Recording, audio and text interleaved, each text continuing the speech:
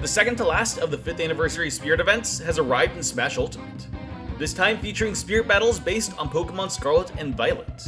And in this video, we'll take a few minutes to talk about the origins of these spirits, why the devs designed the battles to be the way they did.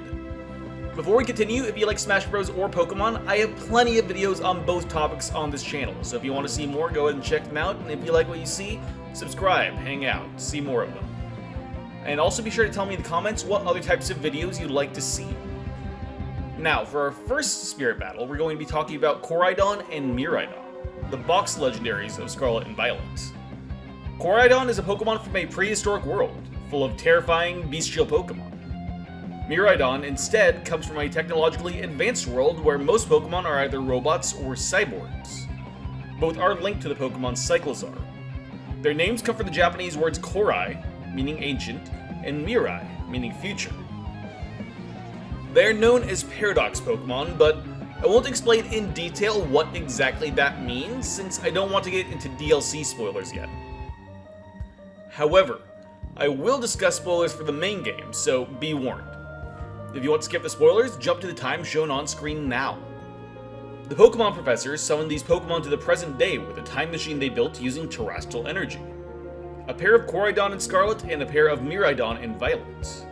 However, the Pokemon immediately began to fight, and wound up killing the professor in their territorial dispute. The Pokemon who lost the battle was sent to the professor's son, Arvin, and the time machine continued to go haywire, summoning more and more Paradox Pokemon.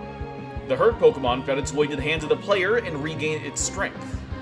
Then, together, the two traveled to the professor's lab, defeated the other Pokemon, and shut down the time machine. In the Spirit battle, the two Pokemon are represented by a Charizard and a Ridley, a pair of red and purple dragons, much like the Pokemon in question. Ridley is using a Meta Ridley costume, since Miraidon also has robotic parts. Since the Pokemon's greatest foe is another of their same kind, I would suggest using one of these same Pokemon to represent the battle between rivals. The fight takes place in Final Destination, representing both the Professor's lab and the time machine within it. This is a little weird, but the fact that the platform travels between weird, trippy worlds kind of reflects that time travel aspect. The electric floor references Miraidon's signature ability, Hadron Engine, which creates electric terrain whenever the Pokemon is put on the battlefield. The attack power increase comes from Koraidon's signature Orichalcum Pulse, which both summons harsh sunlight and increases Koraidon's attack power. The two Pokemon prefer using their aerial moves, namely Charizard's Flare Blitz and Ridley's Wing Blitz, to represent their signature moves, Collision Course and Electro Blitz respectively. They're wielding screw attacks to represent the opening portion of the move, where they spin wildly. The music playing in the background is the battle theme for Reshiram and Zekrom in Pokemon Black and White, another pair of box legendary dragons. The spirit received from this battle increases the user's speed, as the Pokemon are used throughout the game as vehicles that increase the player's speed and agility as they traverse Paldea. Ogerpon is the main Pokemon of the first Scarlet and Violet DLC release, the Teal Mask. Known as the Mask Pokemon, she came to Paldea many years ago from a distant land. I actually did an entire separate video about the history of Kitakami and Ogerpon, and if you'd like to see that, I'll link it in the iCards right now. First of all, who do we have face Ogerpon in combat? Well, her biggest foes are the loyal three, Munkidori, Pheasantipede, and Okidogi. I tried to come up with ideas for who could represent them.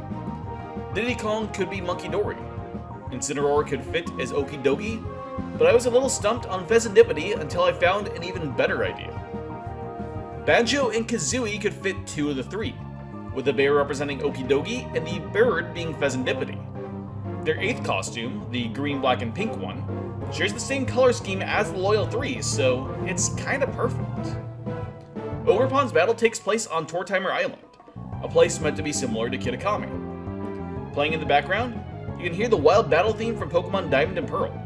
The fight is meant to represent the player's fight with Ogerpon before capturing her, with her growing through all 4 transformation masks in a test of strength.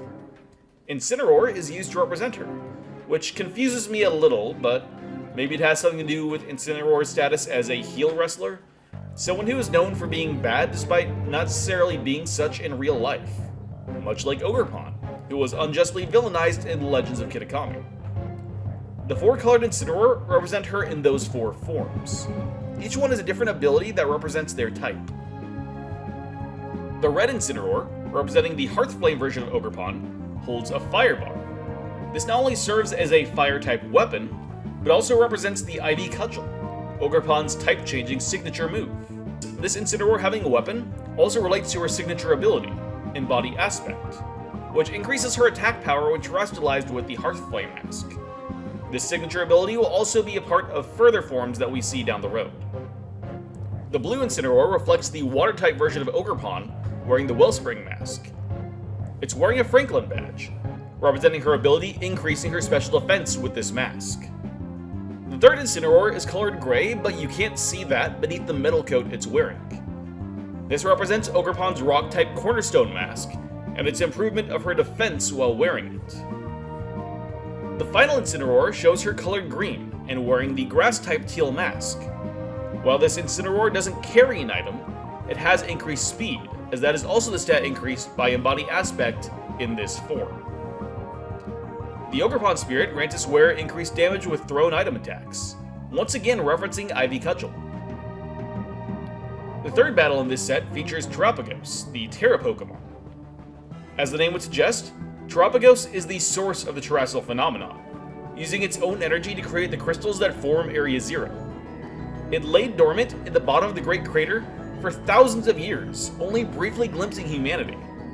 First by the explorer Heath, then the Paldean Professor, and then finally with Briar's expedition into the depths of the crater, alongside Carmen, Kieran, and the player.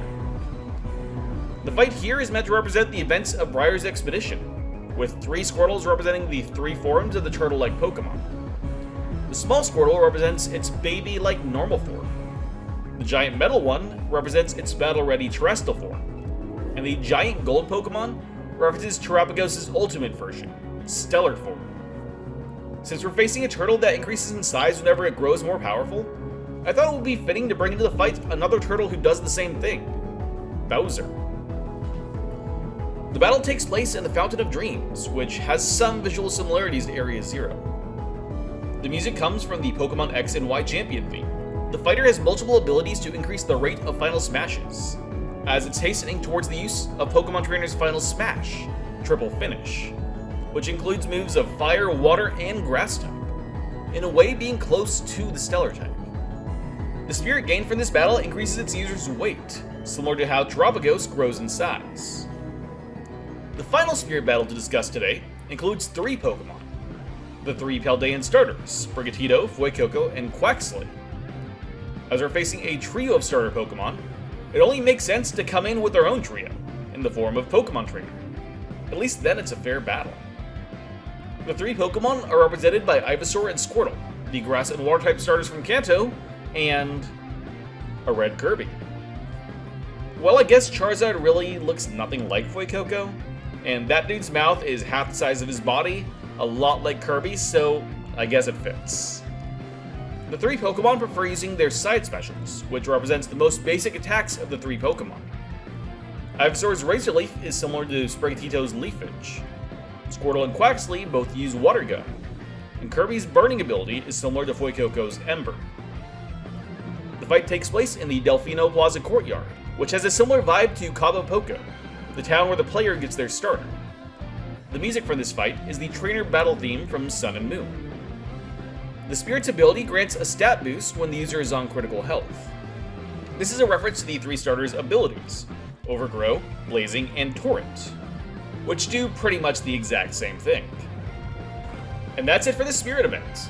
We're only expecting one more of these 5th anniversary events, but I have a feeling we're going to be getting more further down the line. I don't know, maybe I'll make a video about it at some point. Keep an eye out for that. But until then, or whatever my next video is, thank you for watching, and I'll see you soon.